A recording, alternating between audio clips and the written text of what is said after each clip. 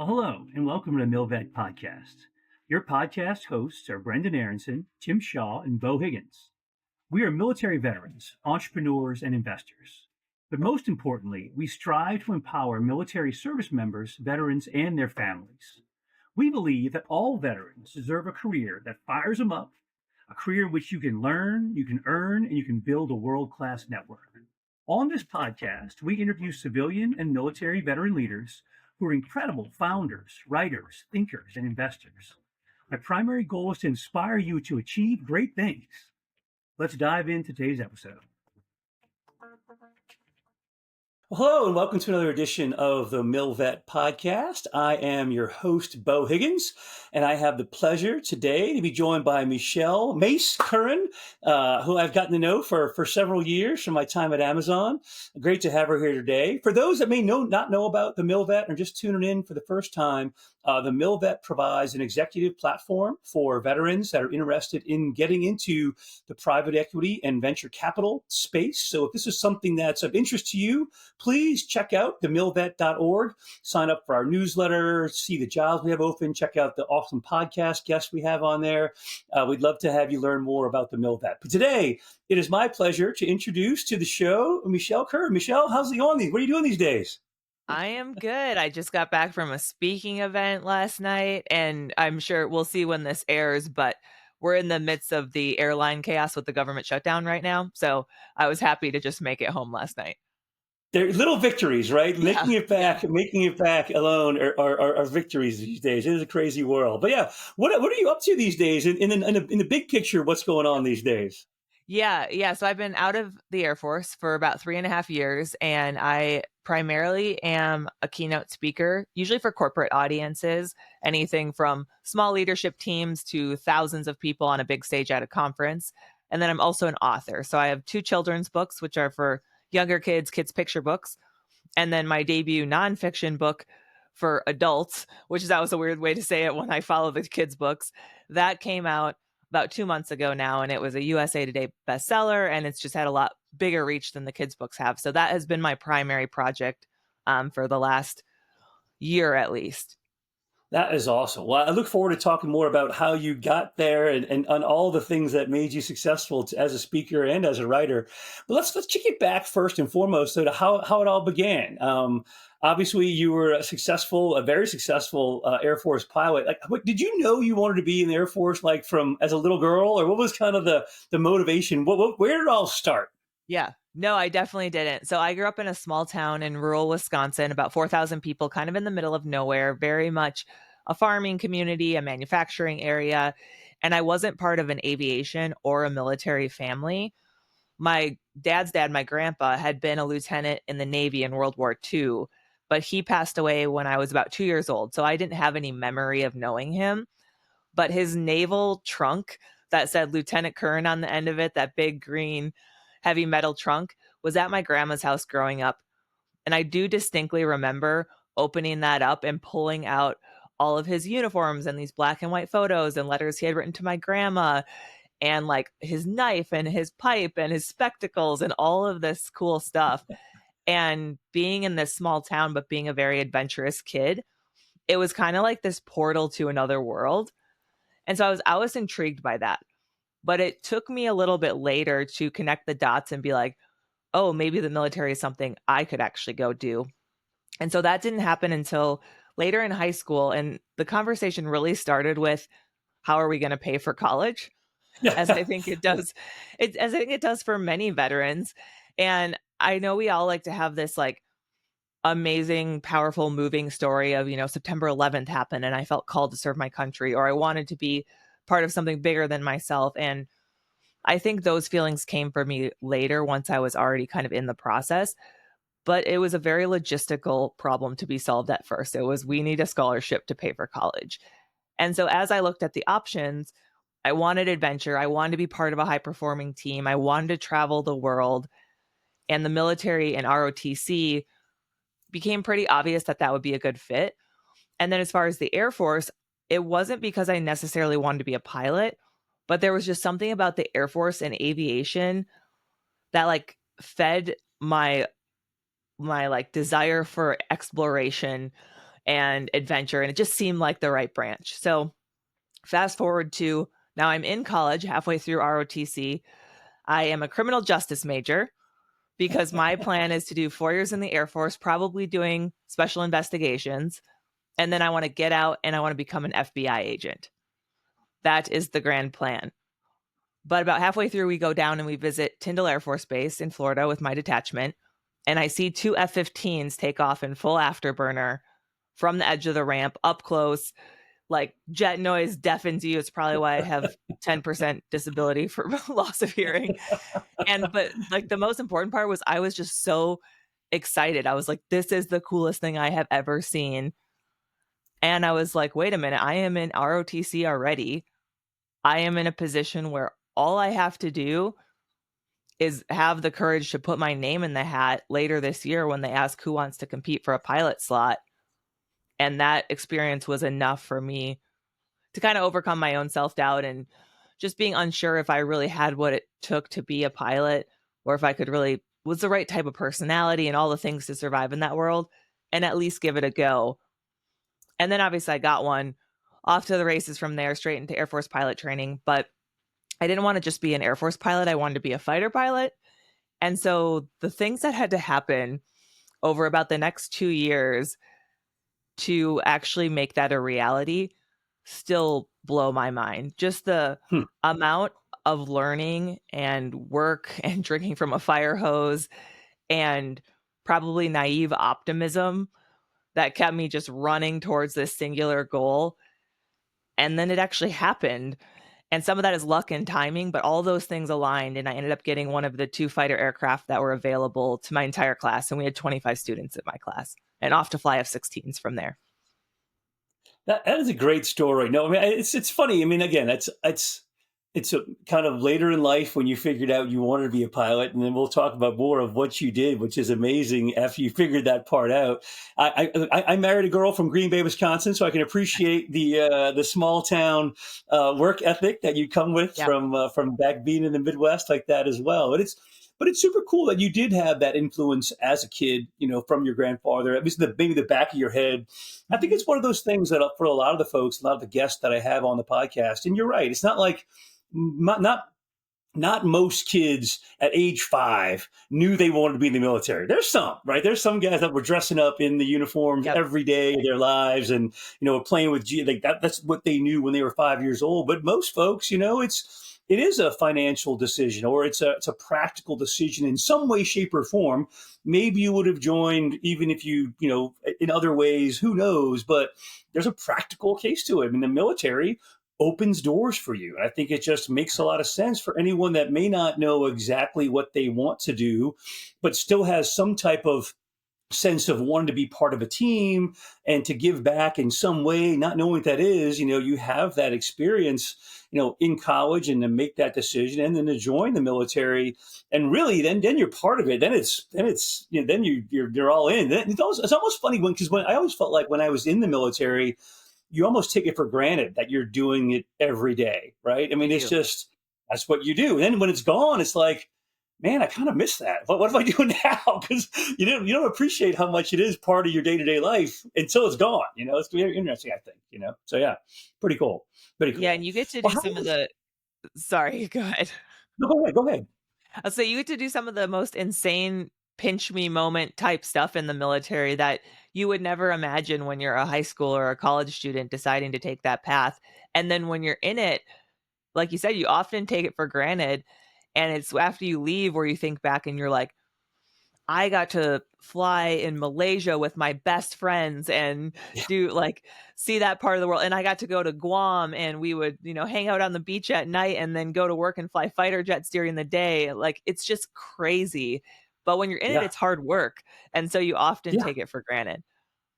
You're exactly right. You're spot on with that. But I also did a tour in Guam, which I loved out there. So I was stationed there as the senior Marine on the island of Guam. It was amazing. Good times. But when did you know that you wanted to go? And I'm curious on what the path is like to get from being a pilot to going to be part of the Thunderbirds. That's like the best of the best, right? To quote the movie, like the best of the best of the best serve. That's beyond just getting the type and frame of aircraft you want. That's like, okay, not only am I doing that, I want to be, the top 10 in all the Air Force, at least the way I think of it. But what was that decision like? Did you get to your unit and just decide, okay, now that I'm doing it, I'm all in? Like, was it just like something you felt like, this is me, I can do this? I mean, it's pretty crazy. I wish I was that confident. No, so you have to be an experienced fighter pilot to even apply to the Thunderbirds. And so it's usually about 2 full assignments, roughly 6 years in operational units before you even have the hours and the experience to try to compete for that. And so the Thunderbirds was always something that intrigued me. I had a few people in previous squadrons who had applied and had either made the team or not made the team. But either way, I would always, like, if I was with them one-on-one, I would always be asking them questions about, like, what was it like? What's the interview process like? I had so many questions. But in public with the entire squadron, we kind of would give those people a hard time. It'd be like, oh, you want to fly for the Thunder Chickens? Or, oh, you want to go do loops to music? How lame. Like, that's not the mission. But I found that everyone was kind of the same. If they ended up in a one-on-one conversation with someone who had been on the team or was going to the team, they had so many questions and really wanted to know what it was like. But in public, it was kind of like this, like, showboating thing of, oh, we're too cool for that. So it was always this thing that intrigued me in the back of my mind, but it was also a thing that I had a lot of, like, apprehension around. I didn't think I was really good enough to be part of the team. It was really intimidating. And so fast forward to the end of my second assignment, I'm in Fort Worth, Texas, and I already have my follow-on to go to New Mexico to go to Holloman Air Force Base, where the F-16 schoolhouse had moved to at that point. So I'm going to go be an instructor, teach new F-16 students. That's the plan. And I'm about 6 months out, I think, from leaving to go there. And I happened to see this email that was not the first email the Thunderbirds had sent out from the Air Force Personnel Center being like, applications are open. It was literally the last one. It was like, hey, dum-dum, if you've ignored our last 3 emails, applications are due next week.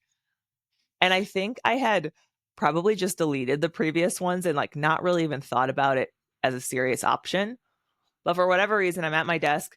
I'm an instructor pilot at that point. I had deployed to Afghanistan. I had just done a lot of things in that assignment that had built both my proficiency as a pilot in higher level flying, as well as my belief in myself. And so I see this email, I open it, I look at the requirements, and I meet every single one. And I'm just like, this thing has always intrigued me. This idea still gets me excited. Like, I think the mission is really cool, just being able to inspire people in the way that the Thunderbirds do. The flying was both exciting and extremely intimidating. And then I have to actually do the work to get an application in 5 business days, which is not recommended. And so I go to my boss at that squadron, which he was amazing. We had a great working relationship, and he had been a really great mentor. We had talked about my career goals and just all of this stuff. And I had never mentioned the Thunderbirds because, again, I'm like, oh, I don't think it's actually something I'd be good enough to do. So that day I see that email. I just feel it in my gut that this is something I should pursue and that this is the right time. And I go to his office, and this is not a movie moment. I do not knock on his door and be like, sir, I want to apply to the Thunderbirds. Instead, I'm like, hey, sir, so I saw an email today. The Thunderbirds are hiring. And then I just sit there and wait to see what he says. And so he's like, so do you want to apply? And again, I'm not like, yes, sir. I'm like, I think so. And so I always imagine myself, I am like on this knife edge and I could tip either direction. Yeah. And I need a little bit of boost of belief from someone else to tip me to the side where I'm going to take action and do this thing that feels scary. And he, very rightfully so, could have been like, you're kind of behind the game on this one. That deadline's next week. Alamogordo or Holloman Air Force Base is already expecting you. You have a follow-on assignment. Why don't you wait and apply next year? He would have had every right to do that. And instead, he said, I think you'd be perfect for that job. How can I help you get your application in? And it is like, and I've told him this, and I've shared this story quite a bit when I talk to teams, because it's such a concrete example of the responsibility and the power that you have as a leader, where your single decision in the moment, whether you decide to see what that person that works for you is really capable of and believe in them, and then also set aside your workload to help them make that happen, like what that can do for their life. And he could have, like, as having led people myself, I know how tempting it is when you're busy and someone comes to you to be like, why don't you wait? Because I have all these other things I need to worry about and Yeah. I just don't have the time to Yeah. help you get that application done. But in that moment, it wasn't about him. And he gave me that vote of confidence. And that was it. He helped me get my application in, applied, ended up getting hired, went off to spend 3 years flying for the Thunderbirds. And that single conversation is such a clear fork in the road that completely changed my life. And so, yeah, I'm just really grateful that he was willing to give me that vote of confidence. That's great. A great story and great lessons learned too. Because I know, it's funny because in this case, it's a little different. I think applying for the Thunderbirds is probably not something he worked with people all the time on. So it's probably a For little sure. bit of a novelty, right? But I know during my career, when I was in command, I'd had several of my Marines that wanted to put in, for example, this officer package, right? We call it Mhm. MECEP in the Marine Corps. They wanted to put in their commission from enlisted to officer packages. And I helped with a lot of those guys. I really believed in them and wanted to help them. And it's a pain because you have to write a recommendation and Yep. fill out the whole thing. It's not something that um, you don't take it lightly, certainly. But once they got and had many were accepted, and I kind of would forget. I knew they were in the programs, but they're off doing their training and they're not in the unit anymore, and they go off to Yep. basic school, and you lose sight of. And then you see those guys, 3 years later, 5 years later. I ran into one guy that probably I hadn't seen for 10 years at a trade show, a few months ago, and he's like, "Sir, without you, believing in me and help me do that, I never would have done this." And I'm like, Yeah. it's so cool and rewarding, and you forget about some of that because you're that's kind of your job, right? My job is to take care of my people, and I was doing that, but you don't always see the results of it. It's never immediately, and especially sometimes you never see them at all because again, the Marines go off and do great things, and that's what you expect. But when you do see them and the appreciation they had, I've had that several times. It really blows you away. It makes you feel like, okay, you did something good for a day. All right, that's okay. That's what it's all about. It's pretty cool. It's pretty cool for Yeah, sure. I Yeah. think it's so many people's why is to do stuff like that for other people. And like you said, you're gonna do it 100 times and not ever see it come full circle.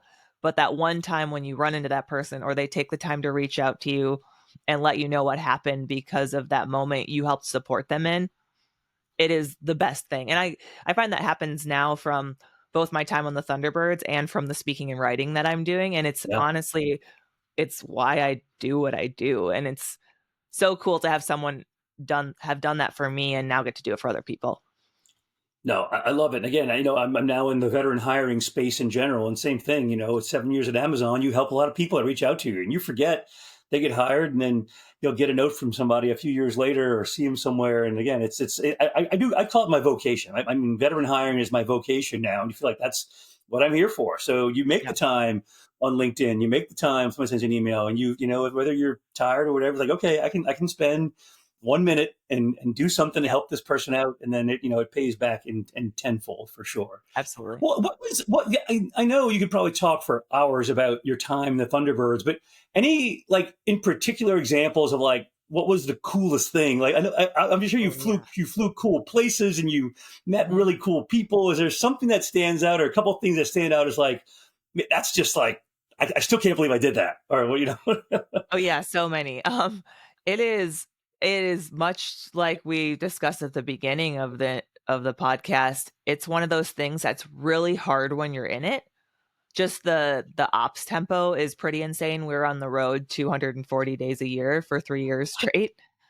And the flying is hard on your body, right? It's very demanding. There is no like mundane, boring flying on the Thunderbirds. It is full force all the time. So the G forces, just the focus, all of it is, it's much like being a professional athlete, honestly.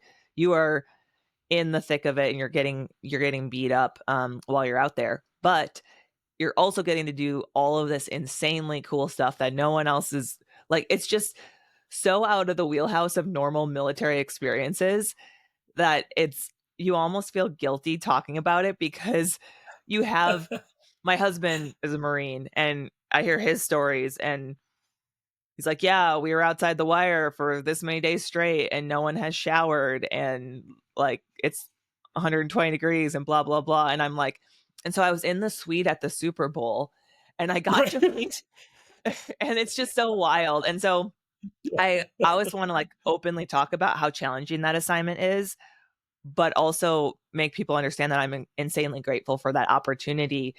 And so while you're in it, again, you often take it for granted because you're just so busy and it's just on to the next thing. But my very first event with the team, so I'm, still super new, not very good yet. Flying is super stressful because I'm not proficient, but I'm also like very wide-eyed and everything is cool at that point because you're so new to that world. So my very first event for the public was the Super Bowl flyover in 2019 Oh. in Atlanta. So the Mercedes Dome, like, so we do the flyover, which in itself, stressful, awesome, all the things. We shack the timing right on the Bein' Brave and the national anthem. It was epic. And then we get a police escort to the field and we get to be at the game, which I will probably never get to go to a Super Bowl again. But we get to go on the field during a commercial break, I think during like the third quarter. And they bring not just the pilots out, but all like 60 Thunderbirds who are with us. So all our maintainers, like admin, comms, like everyone gets to go out on the field, stand in the end zone, and they announce who we are to the crowd. And we got a standing ovation, and the energy in there is just insane. And it was just like such a proud moment because we had worked our butts off for that whole winter training season, especially those of us who were brand new to the team, to, learn all the things and get proficient enough to go on the world stage and execute in a very precise way that's very obvious if we mess it up. I mean, I've seen these go wrong, as most of us have. Yeah. We're like, where are the Jets? Or the Jets are already here and we're only halfway through the national anthem. That's not great. And it went great. And so that is a moment I will never forget, both passing over the stadium and getting to stand there with my teammates for the first time and be recognized on such a large scale. And then kind of the other extreme end of the spectrum, during COVID, most of our air shows canceled. And obviously pandemic's going on. Everyone's quarantining at this point. It's like very early on. It's maybe like May of 2020. And we still needed to fly.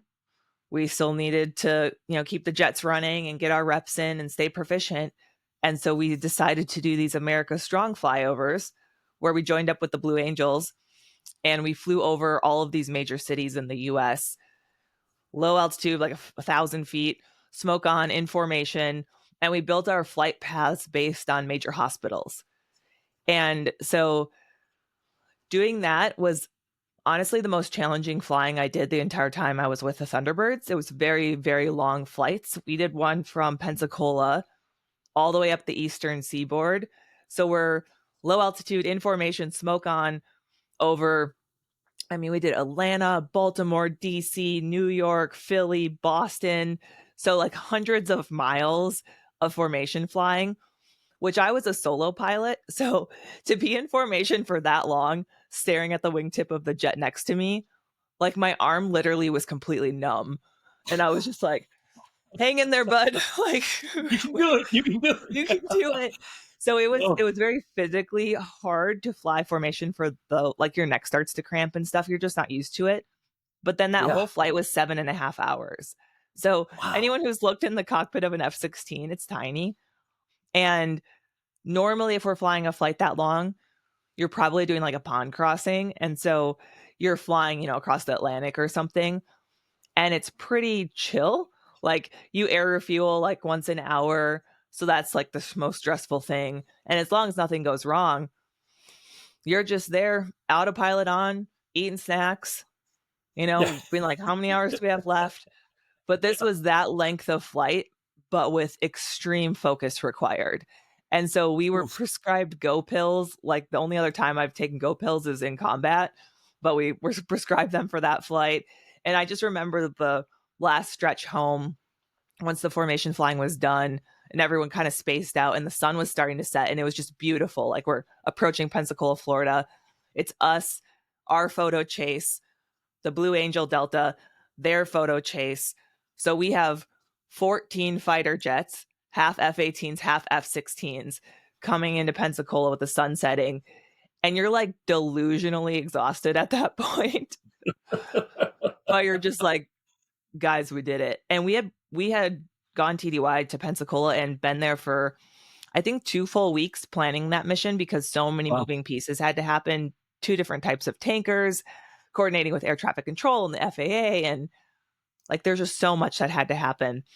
Yeah. So to do all that, feel like it was extremely challenging, but then we got there, which is like one of the best parts of being in the military, right? You're like having those moments with your teammates where you're like, Yeah. this is hard, this sucks. And then you get there and you're like, hell yeah, we did it.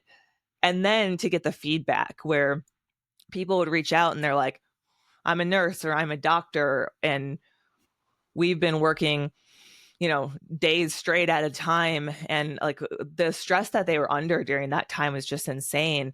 And we would go over these hospitals and sometimes we would be in the turn. And if we were in a right turn with me being on the left end of the formation, I'm looking to the right. And so I could look through the formation and you would see the stuff we're passing on the ground and you would see these parking ramps and they would just be covered by people in blue scrubs on the roof Hmm. as we went over. And so people were getting emotional about it because it was just this symbol of like pride and patriotism and hope in such a isolating, dark time. And so that was the polar opposite of doing a Super Bowl flyover, but it was just really cool to be part of because of the impact, what it meant. And honestly, it will probably, hopefully, never happen again. So Yeah. like we were part of history to do that. And it was just really cool. That is amazing. No, now you mention it. I remember that. I remember reading about those flyovers, and we were here in Tampa, and they came through here at one point in Yeah. time, or Blue Angels for sure did. Yep. And that's a super cool story and part of your story in history. And again, it has to be again. You hit the it's interesting to hear you talk about it because I am sure you probably got shit from your peer, like, oh, you're the Thunderbird, you're cool. Oh, I'm yeah. sure there's some of that, right? Although there's also jealousy of, man, I wish I was doing that too. If I was that cool. So it's got to be a very interesting unit to be in because of what you said, because you have guys, you have your peers are being deployed and they're going over and they're, in combat and you're doing these things that are incredibly difficult and hard, but more for entertainment. I mean, Yep.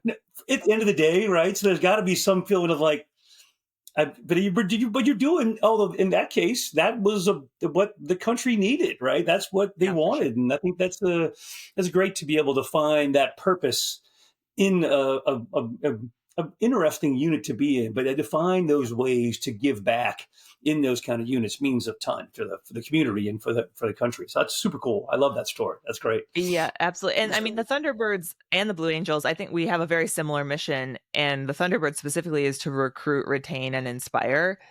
Yeah, And the demo teams are massive recruiting tools for, all the branches, specifically sure. with the Navy and the Air Force. And so I think, that's like the very obvious, like what's the ROI on doing this type of flying that's dangerous and expensive and all the things. It's recruiting, but it was to be like there where the rubber meets the road and see the inspiration part of the mission playing out. Like it's hard to put a price on that because Yeah, it is incredible. Like it's incredible to hear the follow-ups, to kind of go back to what we were talking about, of kids I'd talked to while I was on the team who were in high school and are now, in pilot training or they're yeah, commissioning from the Air yeah. Force Academy. Like I saw that loop close many times. But That's there's awesome. also a lot of people who had that, moment of inspiration at an air show and then decided the military might not be the right path for them, but they still went and did something that seemed almost too big of a dream or, challenging or Yeah. bold or a little bit outside of their capabilities because of that moment of inspiration. So there's those stories as well. And it's my favorite part of the mission. It was really cool to get to do that. Oh, that's fantastic. I'm getting goosebumps. I love it. Let's go.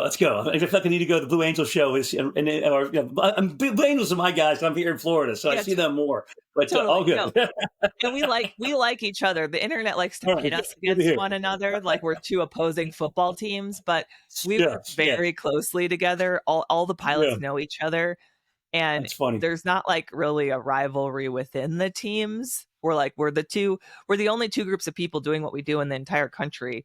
Why would we Yes, not share best better. practices? Yeah, Like, lessons yeah, learned, we best all practices. I'm sure. we just It's want to be awesome. good at what we do.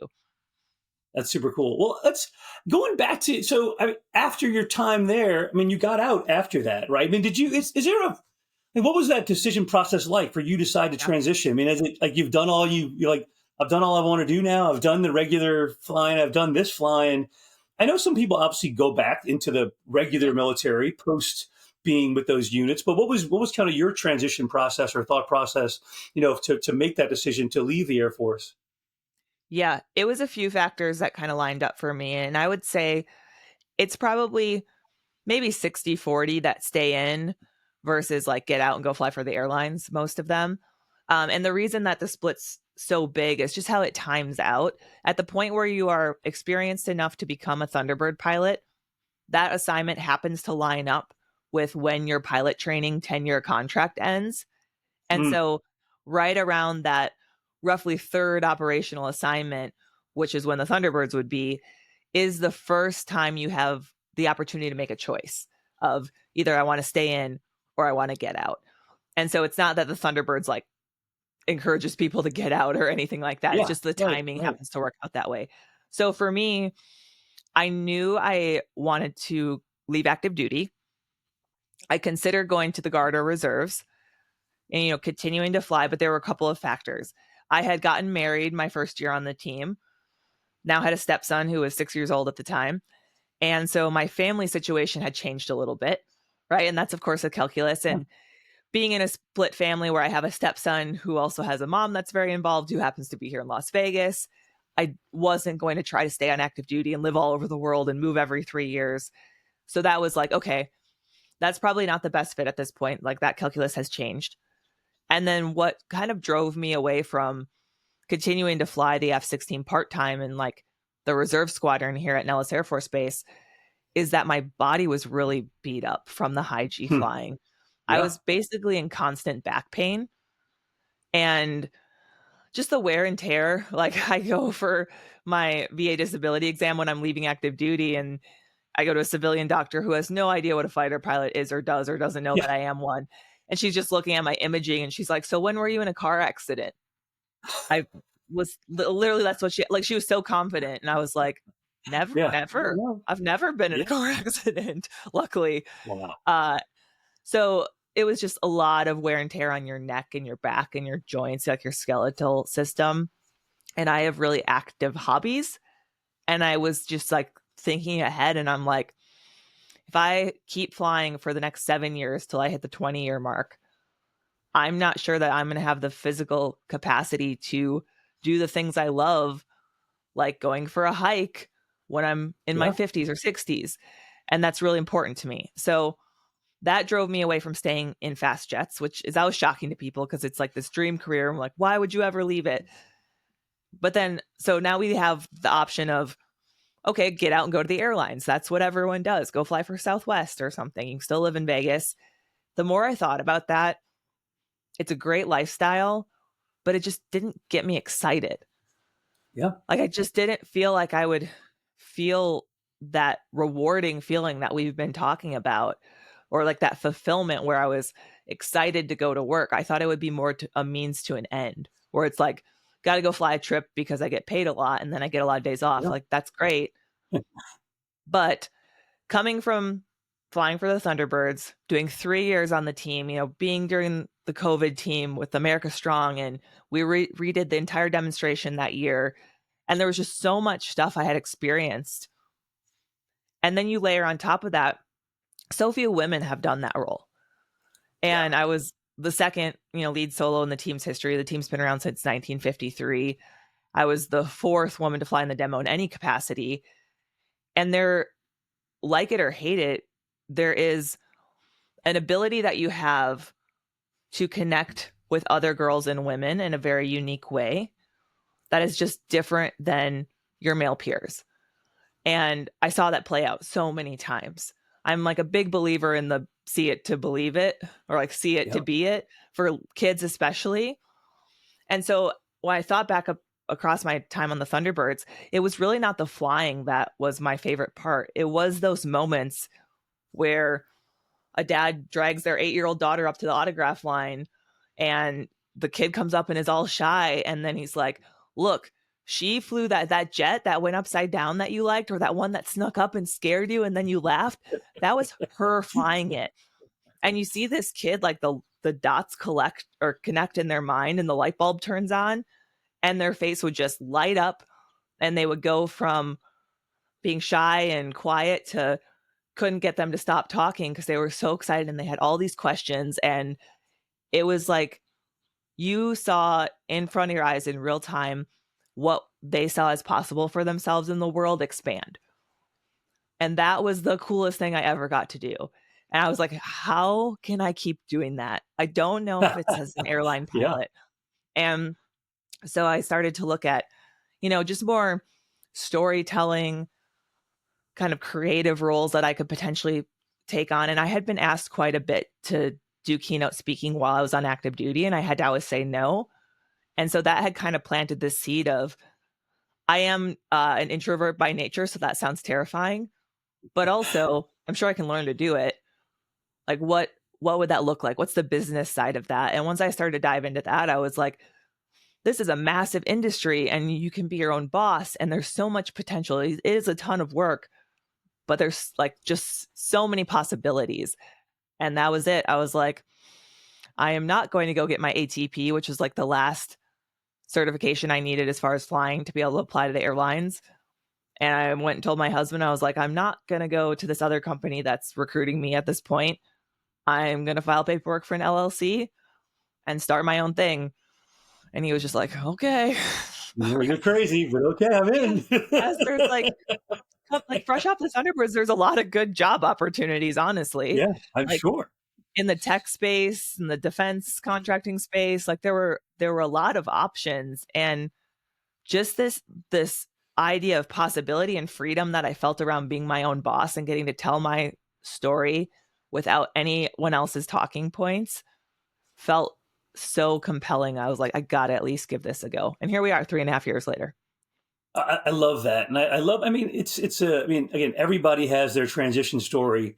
And yours is very unique. 'Cause again, the easy path for most pilots is to go into commercial aviation, right? I mean, easy path for, so many transitioning veterans decide to stay in BGSs or go work for defense contractors. I mean, nothing against that. That's fine. No, not at all. I didn't want to do that either. I mean, I made a pivot to go into civilian operations job, not to stay as an intel guy. I mean, I get, but yours is even more to go like, I'm doing this on my own. Like, did you have?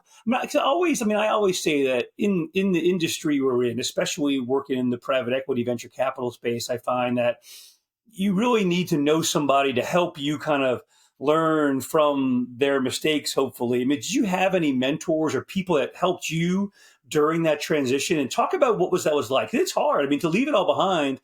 I know we talked about it a little bit before. You do miss the fact that you have this purpose every day when you wake up to give back. And you were looking to, I think, continue that. Yep. But you still had to do something to do that. Like, this doesn't come automatically, but you built something organically. But how did you navigate that, or who'd you work with, or what were like the resources you utilized to help you to kind of get where you are now? Yeah, I when I was talking about this, I think there were like 3 things I had to look at, like gaps that had to be bridged. They were literal skills. Like, I have to figure out how to write a speech and how to perform on stage. That is a skill set that it's an art. It takes practice. It takes coaching. It takes formal instruction. So I was like, okay, I need to treat this like I would if I was going to go back and get my master's degree in some other industry.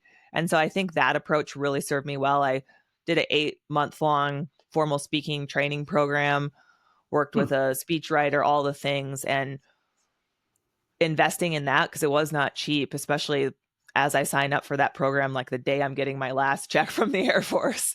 I'm like, well, here we go, giddy up. paid for itself tenfold. Like that was a huge correct decision. Like I for sure think that was the right thing to do.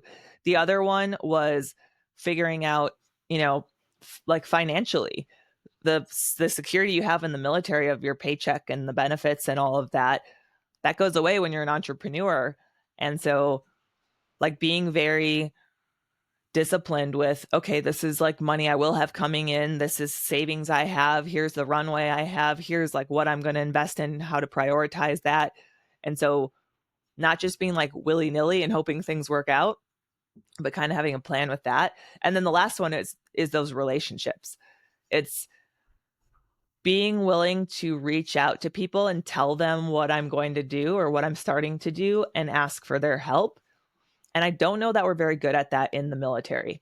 I think that like networking has this negative connotation, or at least it did in the units I was part of, where it almost felt like this, like you're schmoozing, like this like kind of skeezy thing that you did where you just want something from that person. It's very transactional.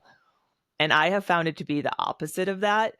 And I was lucky enough to get connected with some just incredible people, some other military veterans who had gone into speaking, who were for sure happy to hop on a call with me and be like, look, this is the shiny penny side of it, like this big speaking fee, big stage. It looks real sexy. Here's the hard part. You're traveling and it's lonely and you'll go to an event that feels like it's not a good fit and it feels inauthentic. And like, you're like that. And sometimes events will cancel. And now you're like, my whole revenue for the month is all of a sudden gone. And so it was great to get just some perspective from people who had been there and done that. But then the number of civilian, I don't know what to call them, super connectors, people that had been in business and now are at a pretty experienced point in their career where they just had a lot of ability to connect me with the right people. These are people I had not known while I was on active duty, but I put on LinkedIn. I started showing up on LinkedIn and started being like very honest about what my goals were. I started storytelling there, telling little snippets that would eventually make up my speech, that would eventually make up my book. And the people that came out of the woodwork to support me are like still friends with them years later. And I mean, I can't tell you all the magic things that happen from those people. That's awesome. I love the point you make about networking, because I say that same thing all the time. Because I talk to a lot of transitioning veterans, and there is this negative stereotype about this idea of networking. And I make the point, like, what do you think you did in the military all the time? If Yeah. you wanted something from supply, or you wanted someone to help with your orders, you knew a dude at the chow hall, right? That's networking. You call it, Right. We just call it something else. Yeah. it's the same damn thing. It's just, somehow it's, when it's not in the military, it has this thing. I'm like, reach out to people. They were more than happy to help. We'll all be happy to send the elevator back down because we made it because somebody helped us. And we know that people that have made it now, you certainly have made it now. Because other people took time to have a cup of coffee with you, to share their experiences with you, to share the lessons learned. It's just, that's part of being in the military, that transition never ends, right? You always have the ability to reach out and talk to people and pivot your career. And people I've found that to be, especially if you have a connection with them because you came from the same unit or some similar background, sure.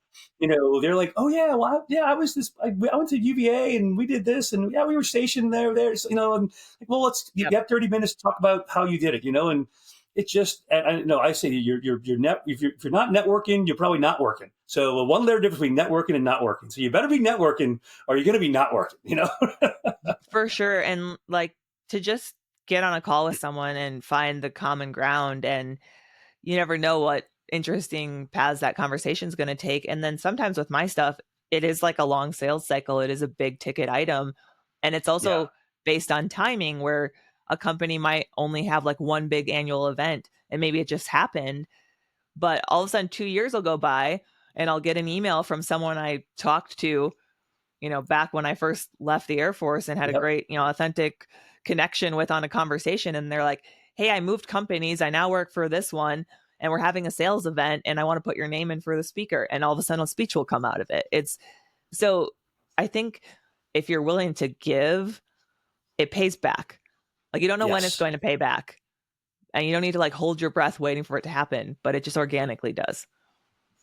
100%. I said the more you give back, the more you volunteer, you get back 10x in that. The more people I help, the universe seems to work out if you're willing to give your time, and you will find those opportunities. They're definitely out there. Well, I mean, let's talk about I know obviously you're doing the guest speaking piece of it, but you also have books that you've written. You want to talk a little bit about, and just the children's books and like the big change too. Like, I'm a Marine, maybe the children's book's better for me, but I mean, and an adult book, but how'd you get Yeah, totally. into that? I mean, I'm sure are the children's books like self-autobiographical about a female pilot doing the big thing, or what were they about? Yeah. So the two kids' books, Upside Down Dreams and What's Your Call Sign, I had wanted to write Upside Down Dreams from my first air show season back in 2019. I Hmm. just saw that there was a need for a way to connect young girls with a character that they would see themselves in who wanted to be in high performance aviation. Like that just there wasn't anything like that really. And so I was like, Yeah. I think it was, like April, May of 2019, we visited the Smithsonian Air and Space Museum, and I had gone to that gift shop and looked at all the amazing books they have. And it's such a cool gift shop. But I was just like, there's a lot of stuff with like Amelia Earhart and historical figures, but I just don't think there's something where like a 6-year-old goes and sees themselves in the character. And so I was like, I'm going to write a book about a little girl that wants to be a fighter pilot. Great. I had no idea what that entailed or how to actually get it published or anything. Went through a lot of trial and error of pitching and trying to get a literary agent and failing. It took me until I left active duty 3 years later, already had the manuscript done, happened to get connected with someone on LinkedIn who is Hmm. also a children's author, introduced me to my publisher, and we were off to the races. And so Lily Padilli, she's an 8-year-old, wants to be a fighter pilot, and her grandpa, who's a retired fighter pilot, is the other main character. And so it's kind of this just like journey of her kind of feeling out that dream and having moments of self-doubt and his encouragement. And then the second book, same characters are back. What's Your Call Sign is about Lily making a mistake during a soccer game, being given a nickname that she's really embarrassed and feels a lot of shame around, going home and telling her grandpa, and he tells her about fighter pilot call signs, which come Ah, from a mistake that you made. yeah. And it's usually something you were really embarrassed about at first, but you end up wearing it on your chest as a badge of honor because our mistakes are the price we pay for our successes. And so there's this great lesson there around failure for kids, but it's still like just tied into fighter pilot culture. And I'm not the 8-year-old in the book, but at the end of the first book, Lily does go to an air show and she meets a female pilot. And it's just a very inspiring moment for her. And so it's my interactions being that female pilot, getting to inspire these little girls that, are reflected in the book. So those are the first two. Those are honestly kids' books, challenging market, but I'd say once you have a general story idea, they're a fairly light lift. I mean, it's like 700 words. The illustrator Yeah. almost has a bigger job because that's what really brings it to life. Fast forward to my book that came out 2 months ago, The Flip Side. The subtitle is How to Invert Your Perspective and Turn Fear into Your Superpower. That book is 70,000 words long. I got to deal with a major publisher, nonfiction. It's kind of like memoir meets self-help. That took me 3 years of working on it. I mean, basically constantly to get it across the finish line. And that was with a big publisher helping me along the way and all of their resources. So there, I people kind of group them together because I have all of them, but they were just such different experiences from the Yeah. author side. It's almost like just two different, completely different things. But the more recent one takes stories from the cockpit, a lot of them moments that felt like a failure or moments that really scared me. A near head-on collision, bird strike with a vulture, almost G-locking in the jet, combat story, all these things. And it's not just like, oh, I want to tell cool jet stories. That was not the sole goal with the book. It was like those moments stand out in my mind because they really taught me things. And they made me a better pilot. They made me a better person as far as like how I manage stress and how I can deal with adversity and failure. And I think there's so much in there that people can learn from that apply well outside of the cockpit. And so it's not written for other pilots, really. I mean, other pilots like it because cool jet stories, but Yeah, right. it's not written for other pilots. It's written for when I was working with my marketing team and they're like, who's your ideal reader? I was like, honestly, I'm really wanting this book to make the leap from being pigeonholed into just people who love military or aviation books. I wanted to make the leap into mainstream where, I don't know, a 35-year-old mom is walking through the airport, sees it at Hudson News, and picks it up and reads the subtitle and was like, wait, I need to do that because I've been staying at home with my toddler. I'm about to go back to work and I'm scared and I feel like I'm not good enough and I feel in over my head. That type of person who's facing that moment in their life would find so many relatable things in the pages. And so it's really for anyone struggling with self-doubt, dealing with fear, holding themselves back. And I think that applies to kids who are about to graduate and, go off into the world for the first time, applies for young professionals. It applies to first-time leaders. It applies to people facing retirement and about to make a big pivot. And so I've had feedback from all of those age groups, and it's been insane to get a review from a 16-year-old girl and a 70-year-old man, both raving about how relatable the book is. That's awesome. No, and I will definitely. I talk to a lot of transitioning veterans, and people ask me about books. It sounds like it's one that would be helpful for anyone that's transitioning in whatever part of life that is, not necessarily from in the military, but to a different place in their career, different place in their life. And because there's so much imposter syndrome out there too, people just feel like they don't belong for whatever reason. And it sounds like a book like that will give you the inspiration that you can do it too. Like other people have done it.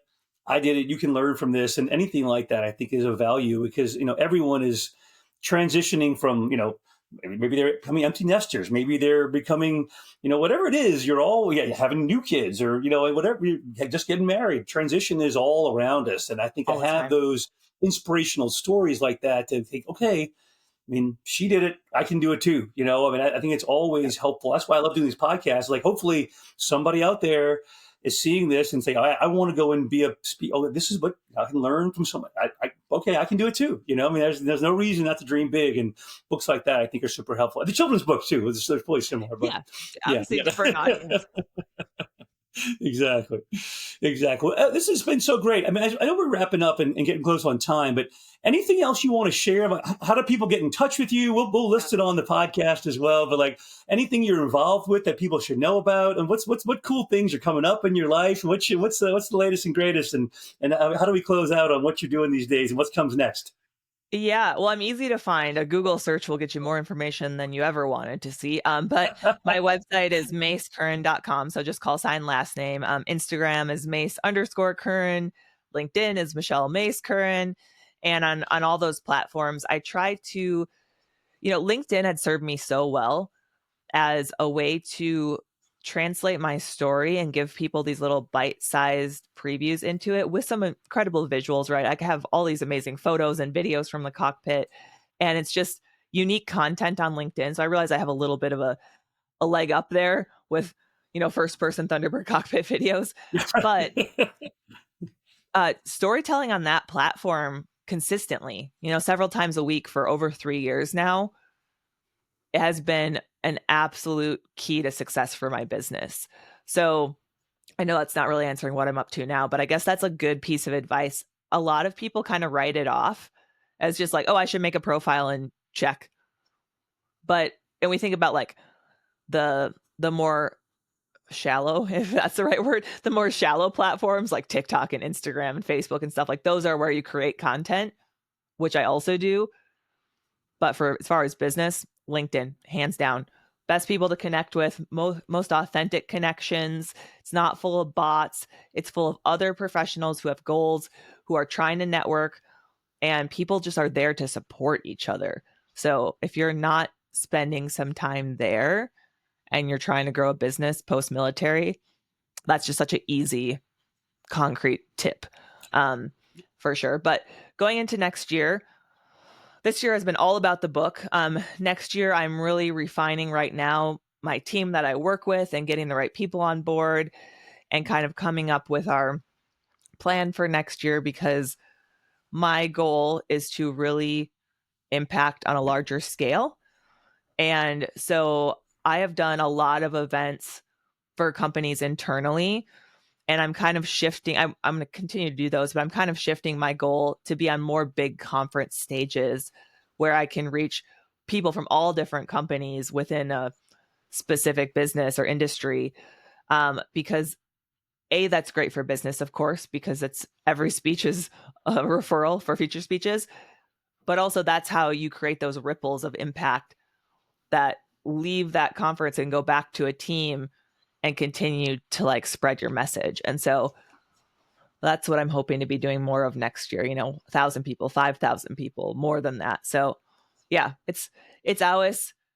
there's always another level. I swear. You're like, Yeah. oh, I've made it. I'm booking Yeah. speeches all the time. And then you're like, but I want to be booking these speeches. Yeah. So I try to celebrate the wins and also have the next goal that we're pursuing. I love it.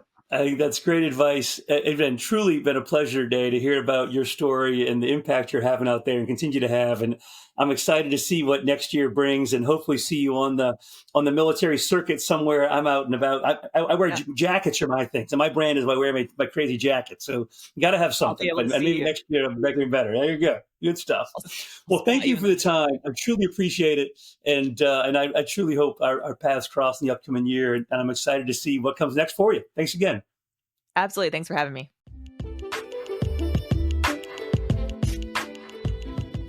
Thank you so much for taking the time to listen to this episode. For more content, follow us on Instagram @TheMilitaryVet or on LinkedIn. Join us at an upcoming event or learn more on our website, TheMilVet.org. Feel free to email us directly at leadership@TheMilVet.org. Thank you so much and take care.